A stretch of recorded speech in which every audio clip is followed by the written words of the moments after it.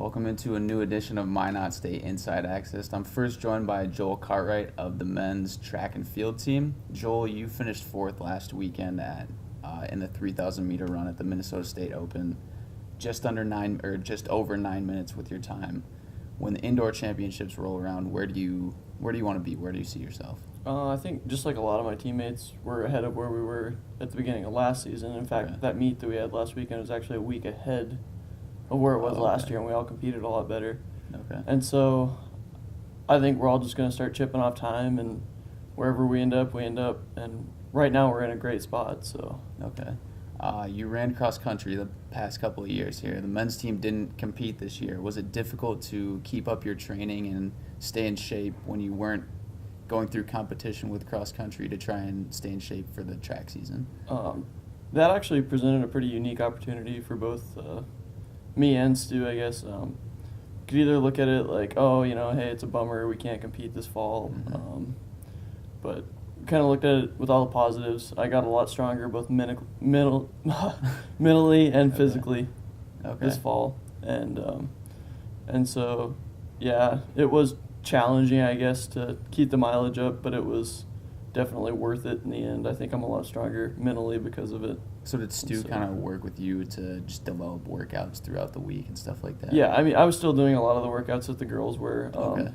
I was helping out at the meets, and so then that gave me the opportunity to kind of run the course beforehand and do a kind of a time trial on my own.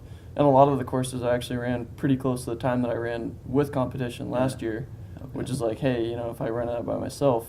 Yeah, definitely. Yeah. On average, how many miles do you think you run a week? I try to keep it right around 60, 65 for this time of year. During outdoor, I might try to get up to around 70. It's kind of hard with the North Dakota winters, running on the treadmill a lot and stuff. But yeah, right around 60, 65. Do you cross-train any other ways, like swimming or? Every Wednesday, we try to do a little bit of some pool practice, just try to get off of our feet. And then Stu has this bike if we get, if our legs are feeling really rough, because you can get, like triathloners do, that cycling, that workout to kind of work your legs, work your cardio in the same way for the same amount of time, just with the less impact. Okay. So personally, how long have you been running for? I started running when I was 12 in middle school. I did track in middle school, and then when I got to high school, it was either, football or cross country. Pretty small guy, so I feel you started doing the cross country. When your career is done, do you want to continue running? I mean, did you think about doing marathons or triathlons or anything like that? Actually, this fall with the time off, I got a lot of time seeing Stu work with the girls, and just being around him. Kind of that, not really. It was kind of a weird spot. You're still a teammate, but you're kind of like you're helping out, and I think I might want to give coaching a go when I get done. I definitely want to still keep on running, but coaching is definitely something that I'm looking into. Okay. In high school, you achieved the rank of being an Eagle Scout. What was your final project for that? I built we had a community garden that had just started up, and I built a kind of a shelter because, it gets kind of windy in Great Falls and the rain and stuff. Made a shelter and a couple of picnic tables and some benches and stuff for them. So. Did you have any other ideas, or did you always knew you wanted to do that, or how did that kind of present itself? I did a lot of like woodworking, like carpentry stuff in high school, and I was just like, I don't know, I wanted to do something with my hands. Okay. And so that actually gave me a lot of like one-on-one time with the sanding, and I put a lot of work into it, making sure everything was just right before I gave it to him. So. All right, awesome. Well, good luck the rest of the way. When we come back, I'll be joined by Mary Roy of the women's track and field team. Don't let a sports injury leave your student athlete on the sidelines. Team up with the experts at Trinity Sports Medicine and put your champion back in the game. I love going to games. I love educating. I love taking care of kids. Serving student athletes across the region, Trinity's medical staff and certified trainers assess, rehabilitate, and reduce the injuries that put athletes at risk. We're a part of this community. We're a part of these schools. We're a part of these kids' families. Trinity Sports Medicine, always on your team. For 100 years, Minot State has grown as a premier university. Graduate and undergraduate students and faculty working in collaboration. NCAA Division II athletics, community engagement, preparing successful graduates. We're proud of our 100-year history, and we're ready for a new century. In the midst of excellence, we have found our place, legacy, and vision. Minot State University. Be seen, be heard. Welcome back to Minot State Inside Access. I'm joined by Mary Roy of the women's track and field team. This is your first year competing in the pentathlon event. You won your first event that you ever competed in. How did you decide you were going to start competing this event this year? Was it your idea, Stu's idea?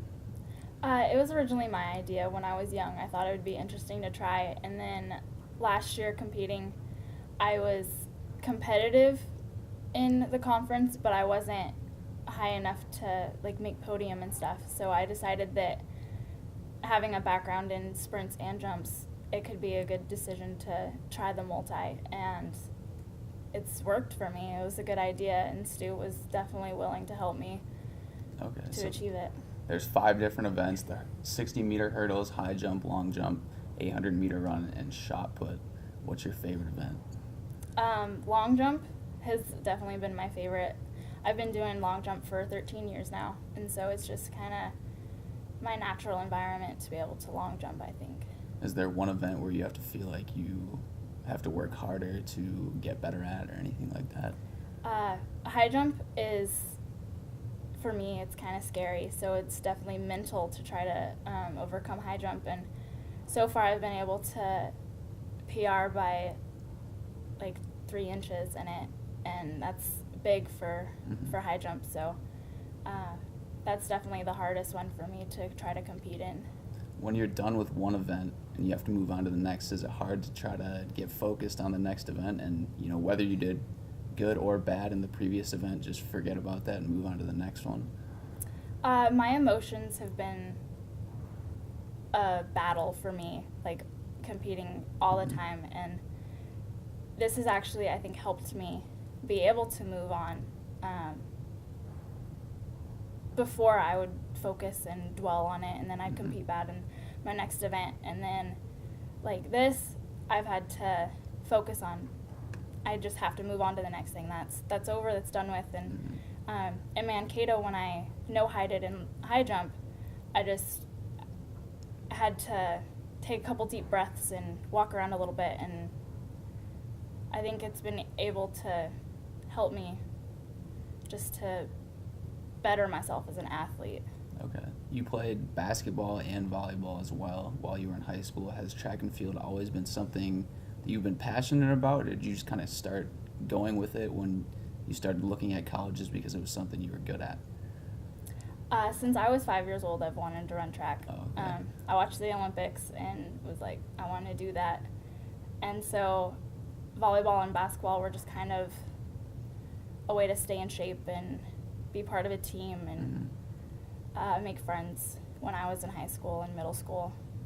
But track has always been a passion of mine since I was young. The outdoor season, there's the heptathlon. Are you planning to compete in that? 2 more events in that. And then, if not, what are your plans for the outdoor season then? For the heptathlon, there's the 200 meters and javelin, as well as the hurdles is 100 meters instead of 60 meters. Okay.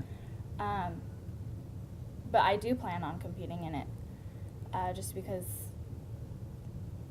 indoor I'm doing so well, I might as well try to compete outdoor the same way. If I can't do the heptathlon outdoor, then I'll probably stay with the relays and jumps like I did last season. Okay. All right. Well, good luck with the rest of the season. Thank That you. does it for another episode of Minot State Inside Access. Tune in next week for another episode.